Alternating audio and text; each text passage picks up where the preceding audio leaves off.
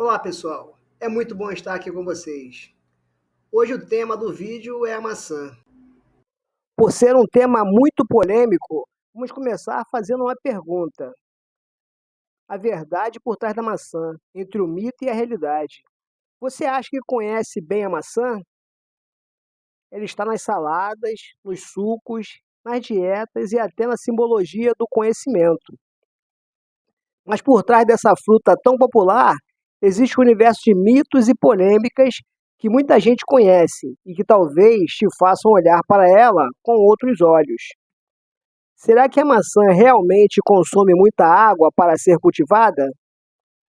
Aquela camada brilhante na casca é cera tóxica ou proteção natural?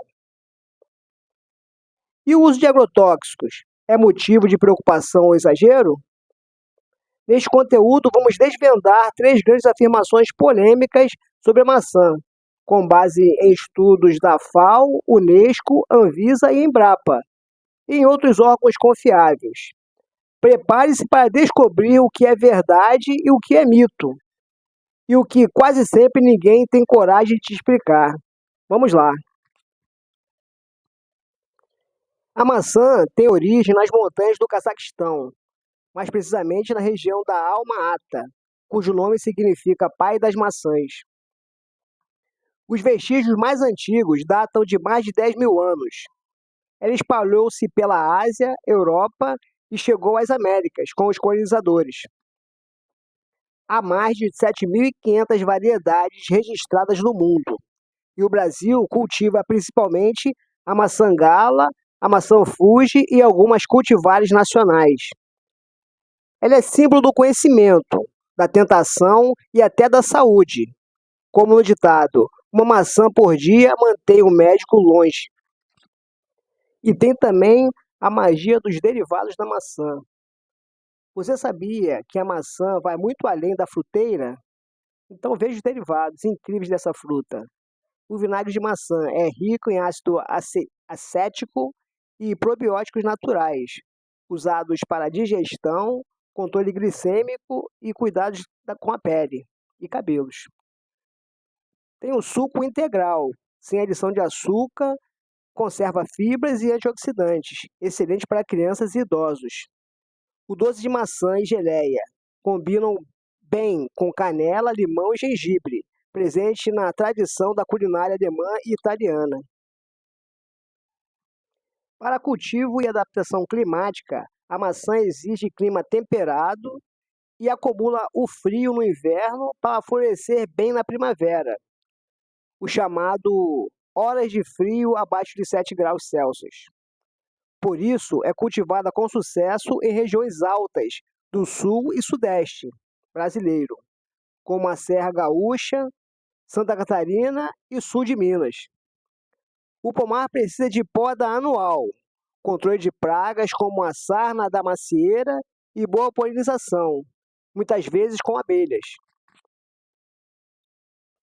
Passaremos a falar agora sobre as variedades de maçã mais populares no Brasil. A primeira é a maçã gala. A sua origem é a Nova Zelândia, tem a casca vermelha com listras amarelas. A polpa é doce, macia e aromática. Seu uso ideal era para consumo in natura e para uso em saladas. A colheita é entre dezembro e fevereiro de todos os anos. As subvariedades da maçã gala é a gala real, max gala e royal gala. A segunda maçã em popularidade no Brasil é a maçã Fuji. A origem é do Japão, cruzamento entre a Red Delicious e a House Janet. A casca é vermelha intensa com pequenos pontos brancos. A polpa é firme, doce e crocante. O uso é excelente para comer crua ou usar em tortas. A colheita é de março a maio. E a observação, muito valorizada no mercado nacional. E por último tem a maçã australiana Granny Smith. Casca verde brilhante, polpa firme e muito ácida, uso ideal para sucos, geleias e receitas assadas. O teor de ácido málico é rico. Observação: ela é mais usada na indústria do que no consumo direto. A maçã Red Delicious também é muito popular no Brasil. A origem é dos Estados Unidos, casca vermelho escuro e o formato é pontudo. A polpa é suave e menos crocante. Seu uso é mais visual que gustativo, ótima para decorações. Observação: ela é menos popular no Brasil devido à textura farinácea. A maçã Pink Lady também é popular. Ela é chamada de Clips Pink. Sua origem é da Austrália, o cruzamento da Golden Delicious com a Lady Williams. A casca é rosa avermelhada e brilhante. A polpa é firme e levemente ácida, o sabor complexo. Uso: ela é versátil, pode ser usada em saladas, sobremesas e consumo fresco. Observação: possui alta durabilidade pós-colheita. A última maçã que nós vamos falar aqui é a maçã Eva, vulgarmente chamada de maçã anã. Ela foi criada para climas mais amenos e cultivos domésticos. Árvore de porte baixo, até 2 metros, ideal para vasos e pequenos espaços. Produz em até 2 anos após o plantio. O sabor é doce e excelente produtividade. A magia dos produtos derivados da maçã. Você sabia que a maçã vai muito além da fruteira? Veja os derivados incríveis dessa fruta. O primeiro derivado é o vinagre de maçã, rico em ácido acético e probióticos naturais, usado para digestão, controle glicêmico e cuidados com a pele e os cabelos. Depois vem o suco natural, sem adição de açúcar, conserva fibras e antioxidantes, excelente para crianças e idosos. Tem também o doce de maçã e a geleia, que combinam bem com a canela, limão e gengibre, presente na tradição culinária alemã e italiana. Além disso, tem também a farinha de maçã, feita com a casca e com o bagaço desidratado, rica em fibras e usada em receitas funcionais e em dietas sem glúten.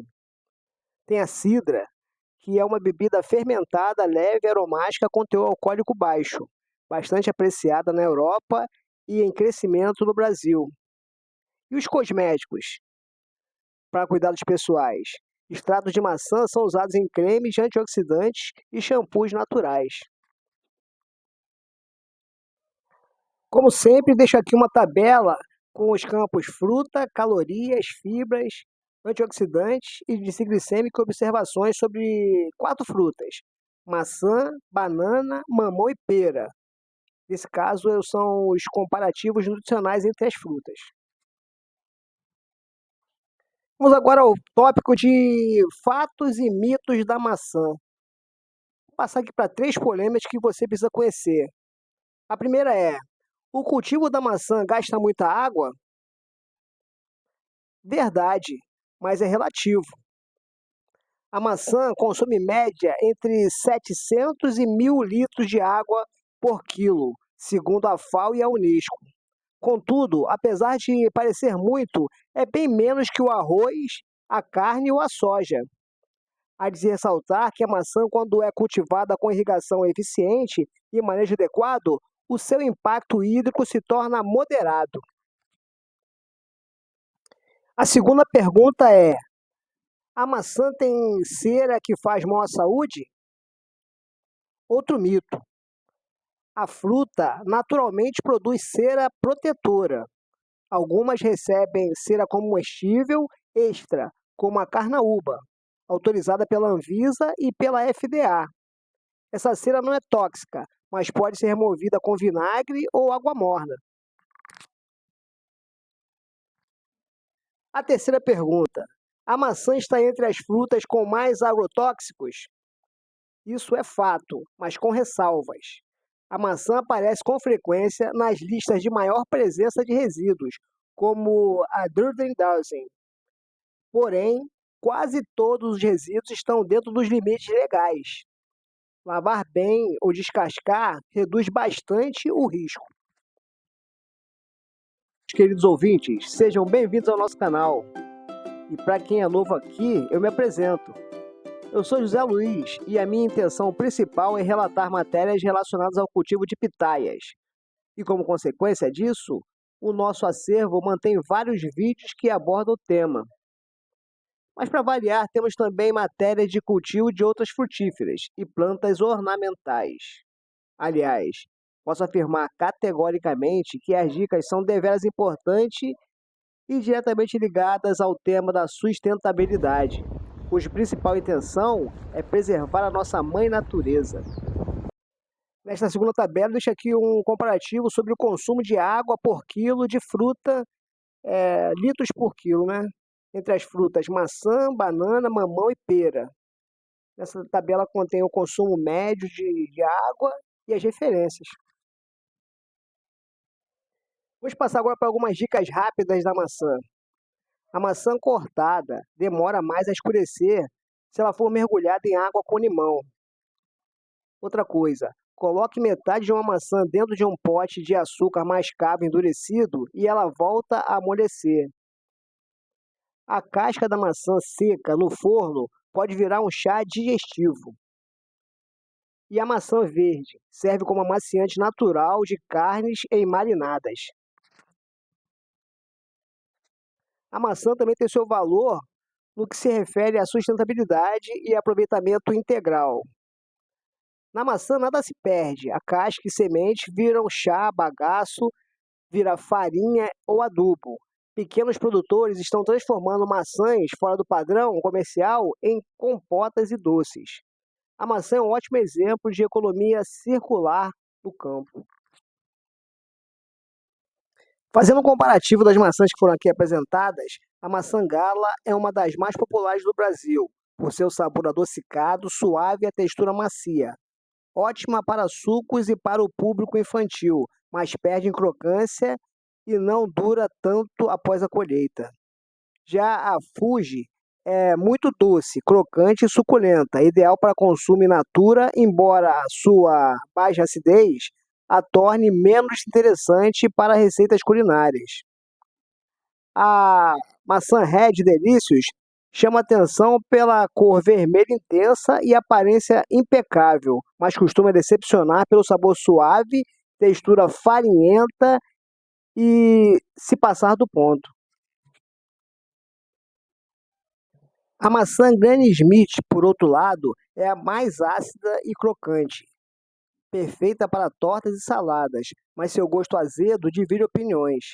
As maçãs argentinas, bastante consumidas, têm boa aparência e preço competitivo, mas às vezes perdem o sabor por serem colhidas ainda verdes para transporte. Entre as nacionais, a maçã Eva e a Julieta ganham destaque. A Eva é equilibrada e bem adaptada ao clima subtropical, enquanto a Julieta é uma aposta promissora para regiões mais quentes, com sabor doce e agradável. Embora ambas tenham distribuição mais limitada e menor durabilidade. Para finalizar esse vídeo, vamos chegar a uma conclusão. Uma pergunta: a maçã é inofensiva ou superestimada? A maçã continua sendo uma das frutas mais consumidas no mundo, e com razão. Ela é rica em fibras, antioxidantes e versátil na culinária. Dentro desse contexto, ela merece o seu lugar na mesa. Mas é importante saber que ela não é vilã do desperdício de água, desde que cultivada com boas práticas. A cera na casca não é tóxica, e sim aprovada para uso alimentar.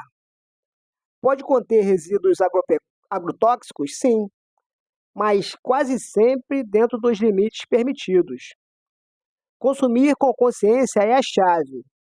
Lave bem, prefira as frutas de produtores confiáveis e agroecológicos e continue a aproveitar os benefícios da maçã com segurança e informação.